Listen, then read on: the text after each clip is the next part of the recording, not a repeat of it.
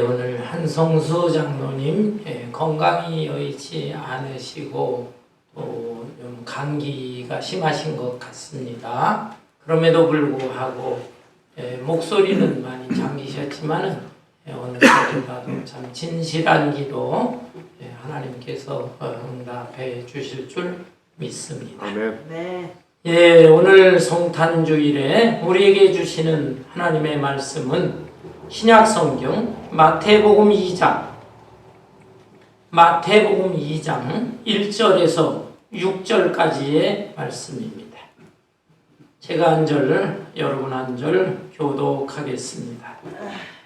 헤롯 왕 때에 예수께서 유대 베들레헴에서 나심에 동방으로부터 박사들이 예루살렘에 이르러 말하되 이때의 왕으로 나시니가 어디 계시냐? 우리가 동방에서 그의 볼을 보고 그에게 경배하러 왔노라 하니 헤롯 왕과 온 예루살렘이 듣고 소동한지라. 왕이 모든 대제사장과 백성의 대관들을 모아 그리스도가 어디서 나겠느냐 물으니 이르되 유대 베들레헴이오니 이는 선지자로 이렇게 기록된 바 또 내가 베들레헴아 너는 유대 모을 중에 가장 작지 아니하도다. 내게서 한 다스리는 자가 나와서 내 백성 이스라엘의 목자가 되리라 하였음이니이다. 아멘. 아멘. 19세기 덴마크의 유명한 철학자이면서 크리스찬이었던 키엘케고르라고 하는 사람이 이런 동화 같은 이야기를 했습니다. 어느 나라의 한 왕자가 어느 날 신하들을 데리고 사냥을 나갔습니다. 사냥을 하고 돌아오는 길에 시골 처녀 하나를 봤는데 그 처녀가 너무 아리따웠습니다. 이 왕자는 그 처녀를 보고 한눈에 반했습니다. 왕궁에 들어와서 생각을 합니다. 왕궁 안에도 많은 여인들이 있었지만 그 시골 처녀와 같이 자기의 마음을 설레게 하고 순수한 처녀는 없었던 것입니다. 따라서 이 왕자는 어떻게 하면 그 시골 처녀를 자기 신부로 맞이할 수 있을까 곰곰 생각을 하게 되었습니다. 세 가지 방법을 생각했습니다. 첫째는 자기의 권위를 이용하는 것입니다. 자기가 어느 날 백마를 타고 또 많은 신하들을 이끌고 그 시골로 내려가서 당당하게 청혼을 하는 것입니다. 그런데 이렇게 하게 되면 그 처녀가 마음으로 자신을 사랑하지도 않으면서 권위에 굴복할까, 마지못해 그 청혼을 받아들이지 않을까 하는 염려가 있었습니다. 이것이 싫었습니다. 그래서 두 번째 방법을 생각했어요. 이번에는 자기가 가지고 있는 휘황찬란한 것을 이용하려고 했습니다. 이 시골 처녀를 궁궐로 초대를 하는 거예요. 그래서 궁궐의 그 찬란한 아름다운 모습을 보여주고 또 자기가 가지고 있는 금은보화를 또 내주고 이렇게 하면서 청혼을 하면 어떨까 생각했어요. 그러나 이 방법도 조건적인 것을 내세워서 청혼을 하는 것이기 때문에 순수하지 않은 것입니다. 이 처녀로서는 자기를 진심으로 사랑하는 것이 아니라 그가 가지고 있는 이 조건을 보면서 청혼을 마지못해 수락할 수 있는 것이기 때문에 그것 또한 옳은 방법이 아니다 라고 생각을 했어요. 이 왕자는 세 번째 방법을 생각했습니다. 그것은 자기가 친히 목자가 되어서 소박한 목자가 되어서 그 시골로 이사를 가는 것입니다. 그곳에 가서 주민, 그 주위 사람들과 잘 어울리기도 하고 또 지속적으로 이 처녀와 사귀면서 사랑의 고백을 나누게 됩니다.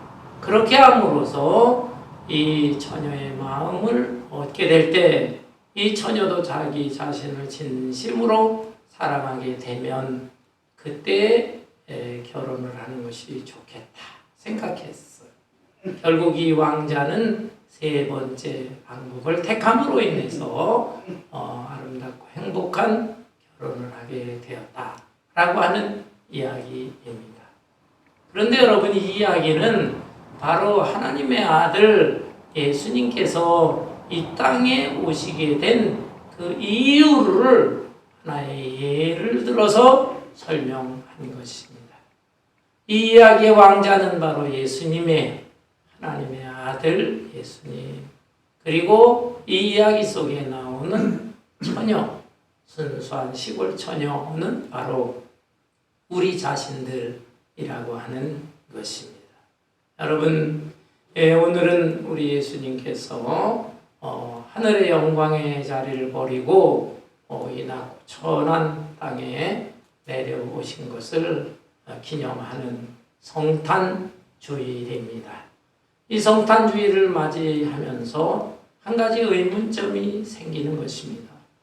왜 예수님께서는 하늘의 영광의 자리를 버리고 이 땅에 오시는데 하필이면 유대 땅 베들레헴이라고 하는 곳에 태어나셨을까라고 하는 점입니다.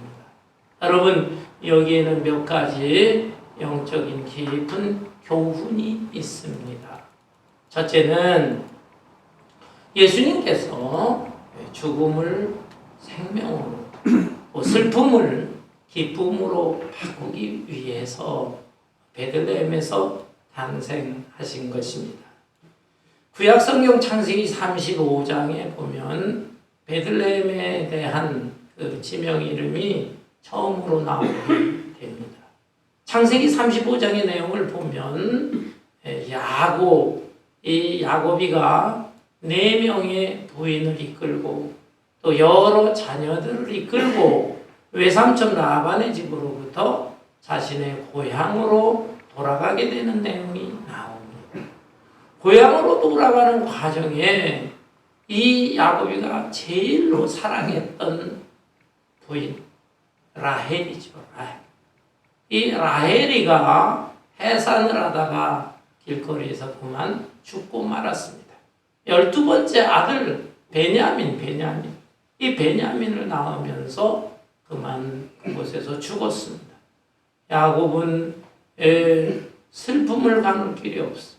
눈물을 머금고 그 지역에 이 라헬을 장례에 지낼 수밖에 없었습니다.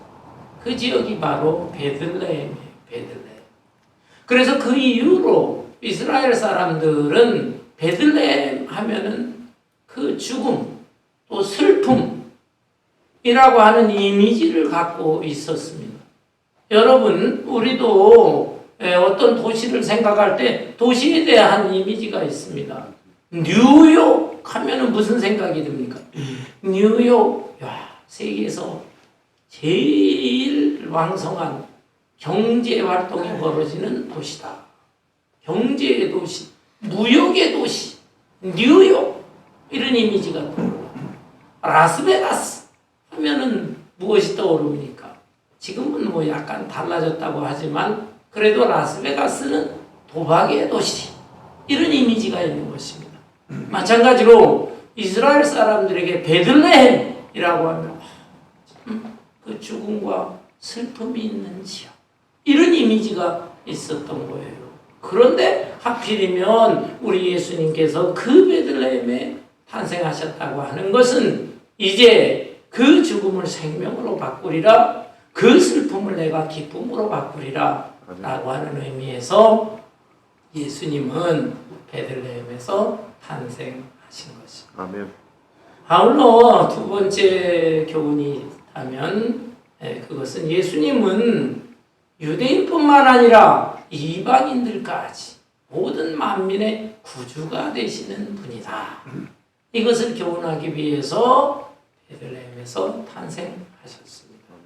구약성경 룻기서를 보면요, 베들레헴에 엘리멜렉이라고 하는 사람과 그 부인 나오미가 살고 있었습니다.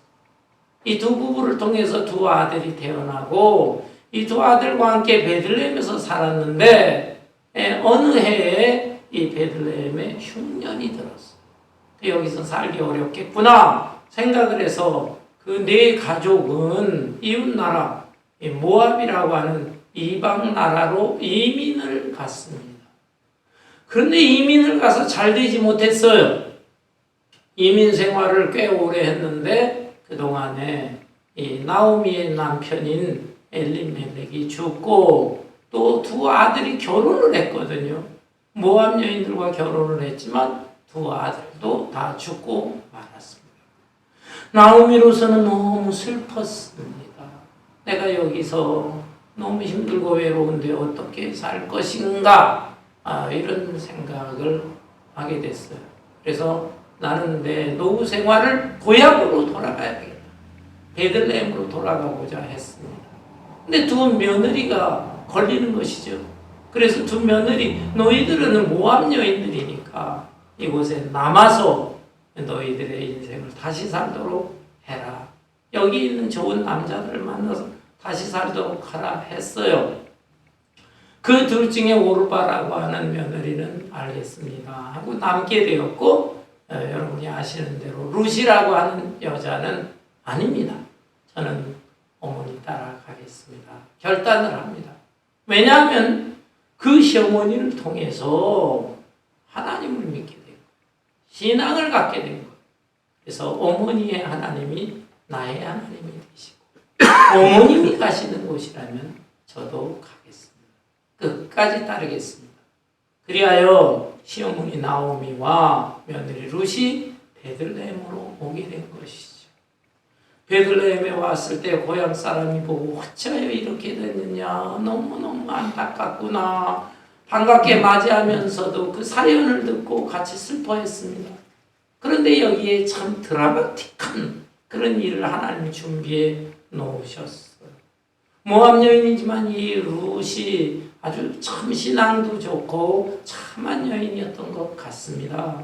그 베들레헴의 유지로 꼽을 수 있는 보아스라고 하는 남자를 만나서 새로운 인생을 살게 되었고, 이 룻은 이제 자식을 낳게 되었고 그 자식의 후손들을 쭉 내려가다 보면 거기에 바로 메시아 예수 그리스도가 탄생하게 되는 것입니다. 놀라운 일입니다. 우리 예수님은 하나님의 아들이지만 그러나 육신의 몸을 가진 분으로, 인간으로 이 세상에 오셨습니다. 그런데 예수님의 몸에 있는 피는 단순히 유대인의 피만 있는 것이 아니라 조상을 거슬러 올라가게 되면 바로 이 이방 여인의 피가 섞여 있다라는 것이에요. 그런데 이 룻과 나오미의 살던 지역 베들레헴이거든요. 그 베들레헴에서 예수님께서 탄생하셨다라고 하는 것은 예수님은 유대인만의 주님이 아니라 이방인의 주님, 곧 예수님의 탄생은 만민이 기뻐할 소식이라고 그랬어요. 만민의 구주로 이방인까지 구원하시는 분으로 이 세상에 오셨다라는 것을 교훈해 주고 있는 것입니다. 아울러 세 번째 교훈은 무엇입니까? 예수님은 어떤 분이냐? 예수님은 참된 메시아요 구원자이시다라는 것을 깨닫게 해주고 있습니다. 이스라엘 왕 중에서 가장 위대한 왕이라고 하면은 다윗을 꼽습니다. 다윗. 이스라엘 사람들은 지금도 다윗을 존경합니다. 그래서 이스라엘의 국기를 보면은 다윗의 별이라고 하는 이 육각형 별이 새겨져 있는 것이 다윗의 별. 그 이름이 다윗의 별이에요. 다윗을 그만큼 우러러보고 존경하는 것입니다. 그런데 이 다윗이 어디에서 태어나고 성장했습니까? 바로 시골 마을 이 베들레헴에서 태어나고 거기에서 어린 시절 목동 생활을 했던 것이, 그러다가 하나님의 놀라우신 은혜로 이 블레셋 장군 골리앗 장군을 물리치게 되고 그 공로로 사울 왕의 사위가 되었습니다. 그렇지만 백성들이 사울 왕보다도 이 어린 다윗을 더 우러러보고 존경하게 됩니다. 사울이 물리친 무리는 천천히요, 다윗이 물리친 무리는 만만히로도, 이 소리를 자꾸 듣게 되니까 이 사울이 기분이 안 좋았어요. 그래서 이 다윗에 대해 자기 사위, 그 다음에 자기의 아들 요나단의 둘도 없는 친구고, 그럼에도 불구하고 시기 질투를 느끼게 되는 것이고, 그래서 다윗을 죽이려고 해서 다윗은 오랜 세월 도망자로 고생을 많이 하지만 결국은 하나님의 오묘한 섭리에 의해서 사울왕이 죽고 다윗은 이스라엘의 두 번째 왕이 된 것입니다. 그러면서 이 다윗의 후손 가운데 메시아가 올 것이다, 이런 예언의 말씀을 주신 것이에요. 그래서 다윗의 자손이라고 하면은 메시아를 떠올리게 됩니다. 이건 온 이스라엘 사람들이 다 알고 있었어요. 그래서 마가복음 10장 같은 데 보면 바디메오, 그 소경이거든요. 소경 거진 바디메오가 예수님을 바라보면서 무엇이라고 말합니까? 다윗의 자손 예수여, 나를 불쌍히 여기소서. 내가 보기를 원합니다. 간청하는 내용이 나옵니다. 예수님을 왜 다윗의 자손 예수여라고 했을까요? 곧 이 바디메오는 당신이 구약시대 때부터 예언된 메시아입니다. 메시아. 그런 고백을 하는 거예요. 다윗의 자손이라는 것은 메시아, 구원자의 별명인 것입니다.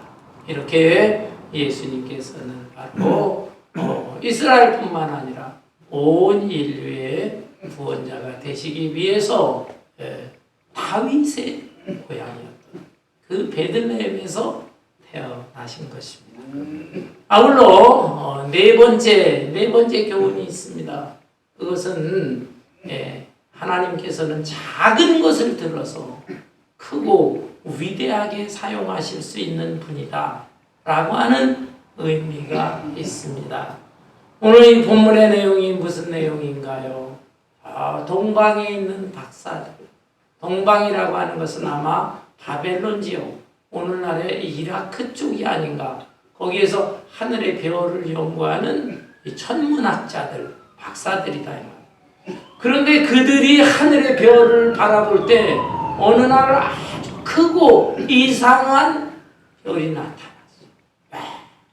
저 별은 무슨 의미가 있는 것일까? 그런데 그 지역에 와서 지냈던 이 유대인들, 이스라엘 사람들이 있었어요. 디아스포라, 이스라엘이 망할 때 다 사방으로 흩어졌는데 그 지역에도 흩어져 살던 사람들을 통해서 구전으로 전해들었어요. 큰 별이 나타날 때 메시아가 태어난다. 이스라엘의 왕이 태어난다. 그래서 이 천문학자들은 그것을 들었기 때문에 저건 틀림없이 이스라엘의 왕이 태어났다는 뜻이다. 이 사실을 깨닫고 별이 또 움직여요. 움직이는 곳을 따라서 이제 여행을 하게 되는 것입니다. 그러다가 이스라엘에 그 별이 왔는데 별이 없어졌거든요. 사라졌어요. 잠시 동안. 그래서 그때 그들은 이스라엘 어디에서 태어났을까 생각을 하다가 이스라엘의 왕이니까 예루살렘 궁전에서 태어났을 것이다. 그래서 궁전에 나가게 된 것입니다. 그때의 본문을 볼까요? 2장 1절에 보면 헤로드 왕 때 예수께서 유대 베들레헴에서 나심에 동방으로부터 박사들이 예루살렘에 이르러 말하되 유대인의 왕으로 나신 이가 어디 계시냐? 우리가 동방에서 그의 별을 보고 그에게 경배하러 왔노라 하니 헤롯 왕과 온 예루살렘이 듣고 소동한지라. 헤롯 왕으로서는 마음에 큰 부담이 되는 거예요. 자기가 지금 이스라엘 왕으로 있는데 아니 새로운 왕이 태어났다니 이게 무슨 소리냐. 마음에 걱정과 불안, 부담스러운 거죠. 그런가 하면은 예루살렘에 있는 다른 사람들의 경우는 야 헤롯이 있는데 새로운 왕이 태어났다? 이건 또 뭘까? 어떤 사람은 긍정적으로도 생각하고 어떤 사람은 또 부정적으로도 생각하고 예루살렘이 막 소동하게 되었던 것이죠.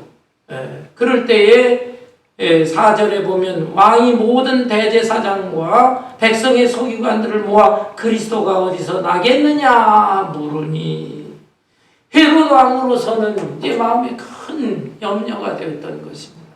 그래서 도대체 이스라엘의 왕이 새롭게 태어난다라고 하는 것이 과연 성경에 있는가?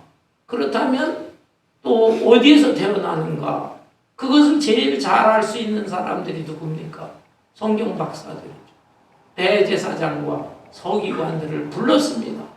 과연 이런 일이 일어나는가? 라고 했더니 그들은 정확하게 알고 있었습니다. 5절에 보니까 이르되 유대 베들레헴이오니 이는 선지자로 이렇게 기록된 바 또 유대 땅 베들레헴아 너는 유대 고을 중에서 가장 작지 아니하도다. 내게서 한 다스리는 자가 나와서 내 백성 이스라엘의 목자가 되리라 하였음이니이다. 이 대제사장과 서기관들은 성경을 너무 잘 알아요. 머리로 지식적으로 잘 알아요. 그래서 구약성경 미가서 5장 2절에 있는 성경 구절을 탁 헤롯 왕에게 알려주었던 것입니다. 그런데 여기에 안타까운 것은 이 사람들이 이렇게 성경의 박사라고 한다면 누구보다도 먼저 유대 베들레헴으로 달려가야 될 거 아닙니까? 달려가서 아기 예수님께 경배를 해야 되는데 머릿속으로만 알고 있지 행동으로 옮기지 않습니다. 행함이 없는 믿음, 죽은 믿음인 것이죠. 이런 사람들. 그러나 어떻든 이들은 성경 구절을 정확하게 알려주었습니다. 곧 유대 땅 베들레헴 에브라다에서 태어났는데 그곳은 아주 작은 마을입니다. 라고 하는 뜻이에요.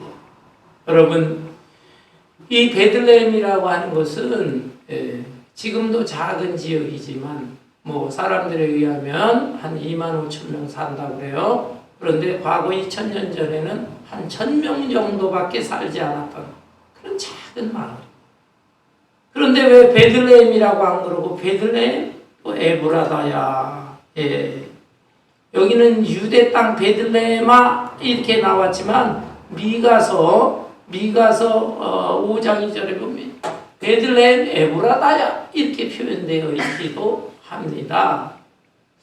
왜 이런 말이 두 말이 겹쳐 있을까? 여기에 성경학자들은 여러 가지로 해석합니다. 베들레헴 인근 지역에 아마 에브라다가 있었던 것 같다. 그래서 베들레헴이면서도 또 이 에브라다까지 포함한다는 의미에서 두 가지 지명을 얘기한 것이다. 이렇게 설명합니다.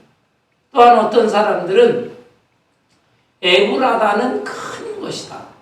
우리 미국식으로 말하면 카운티를 말하는 것이고 베들레헴은 카운티 안에 있는 시티이다. 그래서 작은 의미로 베들레헴, 큰 의미로 에브라다 이렇게 말하는 것이다. 또 어떤 사람들은 베들레헴은 지명 이름인데 에브라다는 사람의 이름이다. 에브랏은 사람들을 지칭하는 말이다. 그래서 베들레헴 에브라다야 너희는 이 구약성경 미가서에 보면은 너희는 작은 족속이 아니로다. 이런 표현이 나와요. 족속이라고 하는 것을 볼 때 베들레헴 지명 에브라다는 사람들의 이름이 아닌가 이렇게 보기도 합니다. 어떤 것이 맞는지는 몰라요. 그렇지만 베들레헴이든 에브라다든 아주 작다. 아주 작은. 예. 우리 성경 이스라엘이 전체가 뭐 강원도, 한국의 강원도 땅 정도밖에 안 돼요. 그렇지만 그래도 그 안에 예루살렘도 있고 여리고도 있고 세겜도 있고 큰 도시들이에요. 이에 비해서 베들레헴은 아주 지극히 미미한 그런 도시다. 그런데 그곳에 바로 하나님의 아들이요 인류의 구세주가 되시는 예수님께서 탄생하셨습니다. 그 의미와 교훈이 무엇이겠습니까? 사람들이 볼 때는 작은 것은 작아요. 작은 것은 초라해요. 그러나 하나님께서 보시는 것은 다른 것입니다. 작을지라도 그 작은 것을 들어서 의미 있게 사용하시고 더 크고 더 위대하게 사용하실 수 있는 분입니다. 이 베들레헴 작은 마을에서 예수님이 탄생하심으로 인해서 베들레헴은 세계적으로 유명한 장소가 되었던 것입니다. 여러분, 이러한 의미를 생각할 때 우리는 우리 자신들에 대해서도 나는 작은 사람이야, 나는 초라한 사람이야, 우리 이 집안에는 뭐 내세울 것도 없어, 이렇게 주눅 들어서 살 필요가 없어요. 세상 사람들은 그렇게 볼지 모르지만은 그러나 하나님께서 보실 때에는 다른 것입니다. 얼마든지 하나님께서 더 의미 있게 크고 위대하게 사용하실 수가 있는 것입니다. 여러분, 19세기 말에 미국과 더불어 영국까지 정말로 복음을 전한 위대한 부흥사 전도자가 있어요. 이 사람은 드와이트 무디라고 하는 사람, 흔히 약자로 D.L. 무디라고 하는데 드와이트 무디라고 하는 사람. 이 사람은 어린 시절에 공부를 제대로 못했어요. 학력이 없는 사람.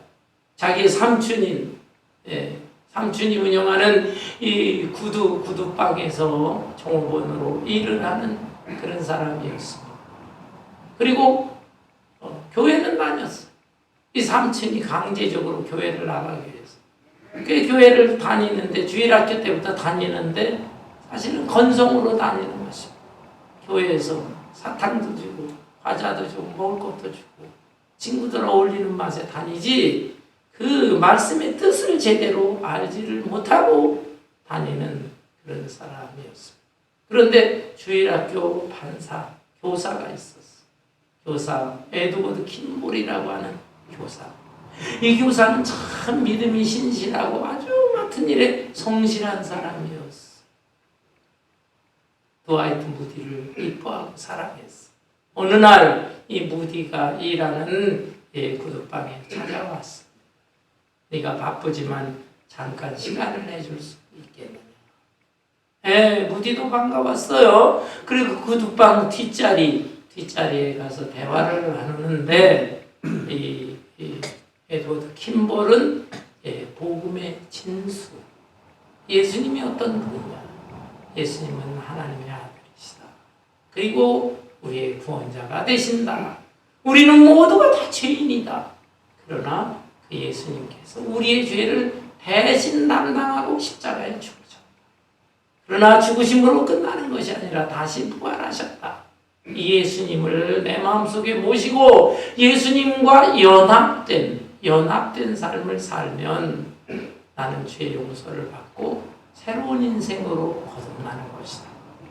복음의 진수, 이 거듭남에 대한 얘기를 하는 거예요. 그 말씀을 듣고 이 드와이트 무디는 어린 나이지 눈물을 흘리면서 예수님을 구주로 영접했어. 그리고 새로운 사람으로 변화됩니다. 세상적으로 배운 것 없어요. 그러나 마음속에 뜨거움. 나는 하나님의 자녀다. 하나님의 일꾼이 될 수 있다. 그래서 이 복음의 전도자로 꿈을 가지고 나서기 시작합니다. 그리하여 이 미국 시카고 쪽에서부터 시작을 해서 미국 전역에 그리고 영국에 심지어 그 엘리트들이 모이고 있는 옥스포드 대학교 이런 데까지 가서 초빙 받아서 말씀을 전하는데 그 영적인 힘이 대단했어요. 전 세계 1억 명에 해당되는 그 사람들에게 영향력을 준 위대한 전도자로 지금까지 알려지고 있습니다. 그런데 그에 비해서 킴볼이라고 하는 사람은 무엇입니까? 조그만 교회에 주일학교 학생 몇 명 모아놓고 그 아이들을 가르치는 사람이었다. 그러나 그 킴볼을 작은 사람이라고 할 수 있겠습니까? 그가 하는 이 역할의 반경은 작을지 몰라도 하나님께서는 그 킴볼을 통해서 이 무디가 복음 말씀을 받아들이게 했고 이 무디를 통해서 어마어마한 역사를 이루게 하신 것입니다. 여러분 마찬가지입니다. 베들레헴 작은 마을이지만 그곳에 예수님이 오셨고 예수님께서 이 베들레헴과 그리고 예루살렘과 갈릴리 나사렛 통을 통해서 복음을 전하셨어요. 사실 인간적으로 보면 예수님께서 살아생전에 하신 눈으로 보이는 이 역할은 큰 것이 없는 것 같습니다. 일시적으로 많은 무리들이 몰려들었지만 또 그 무리들은 떠나기도 했어요. 그 숫자를 합해본들 얼마나 되겠어요. 그러나 예수님께서 심혈을 기울여서 키우셨던 제자들이 있습니다. 그 12제자, 그 12제자들을 통해 가지고 위대한 이 주님의 복음이 널리 퍼지게 된 것이죠. 그리고 특별한 제자 사도 바울을 통해서 유럽까지 복음이 전해지고 그 복음이 오늘날 전 세계로 확대되게 된 것입니다. 이것이 하나님의 일하시는 방법이에요. 하나님은 작은 것 같지만 그 작은 것을 통해서 크고 위대한 역할을 하신다 하는 이런 교훈을 주시기 위해서 예수님은 예루살렘이 아니라 베들레헴에서 탄생하신 것입니다. 아울러 마지막으로 왜 예수님은 베들레헴에서 태어나셨을까요? 베들레헴이라고 하는 이 말의 뜻이 중요합니다. 히브리어인데요. 히브리어로 벳이라고 하면은 집이에요. 집. 베델, 엘은 하나님이에요. 베델 교회만 있죠. 하나님의 집이라고 하는 뜻의 교회인 것입니다. 베데스다 연못, 베데스다. 에스더는 자비라고 하는 뜻이에요. 자비, 사랑, 긍휼. 그래서 자비의 집, 벳에스다. 그러면 여기 베들레헴은 무슨 뜻인가? 레헴이 떡이라는 뜻이에요. 떡. 그래서 베들레헴은 떡집입니다. 떡집이라고 하는 이름을 가진 그 지역에 왜 예수님께서 태어나셨을까요? 그것은 바로 예수님이 생명의 떡이기 때문입니다. 요한복음 6장에 보면 예수님께서 보리떡 5개 물고기 2마리 오병이어로 5,000명을 먹이시고 12광지를 남기셨어요.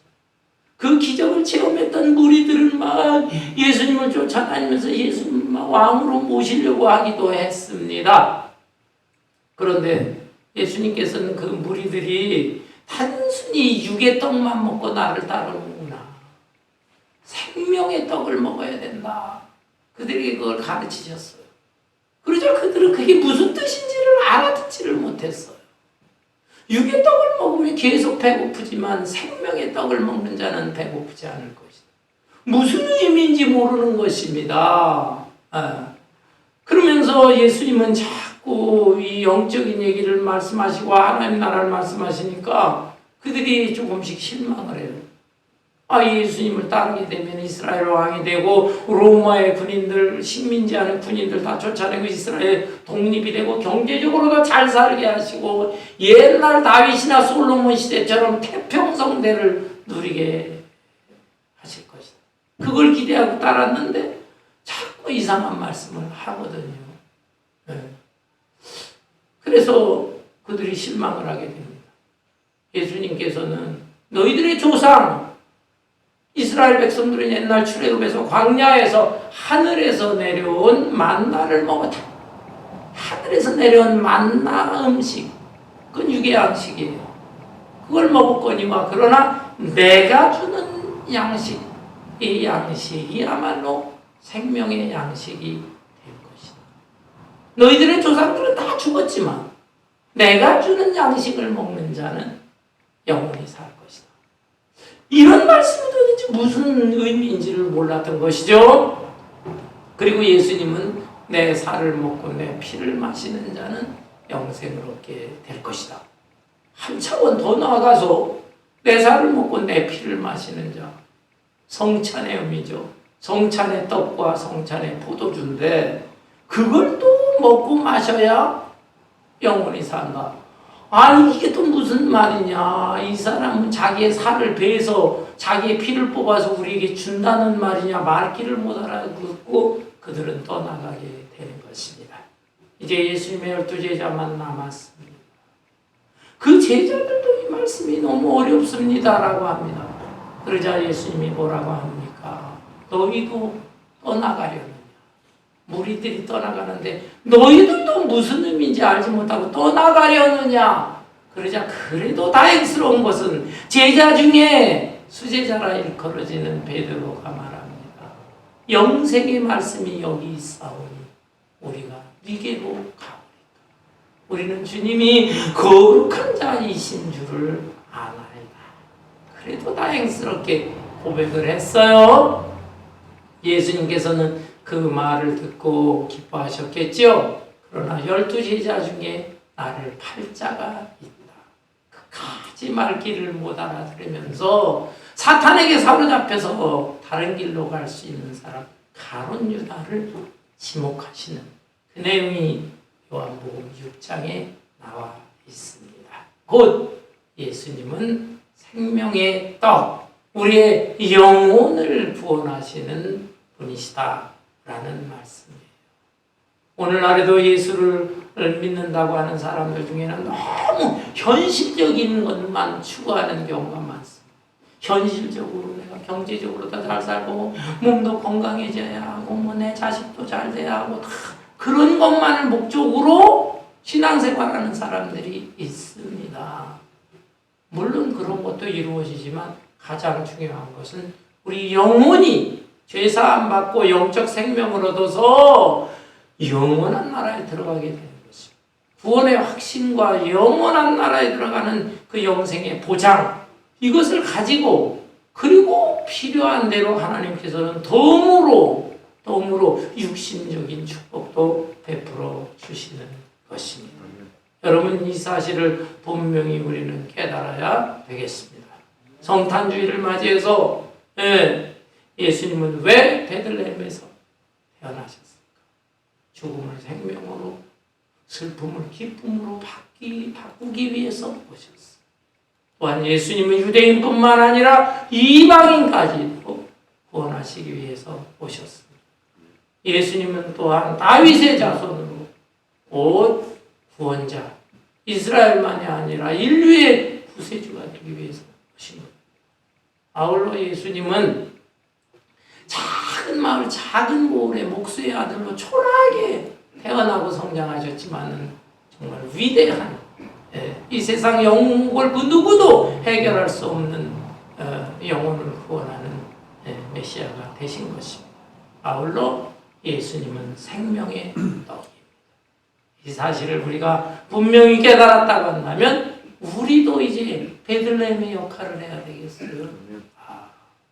이 귀한 생명의 떡으로 오신 예수님, 이 예수님을 우리도 다른 사람들에게 전해야 되겠구나.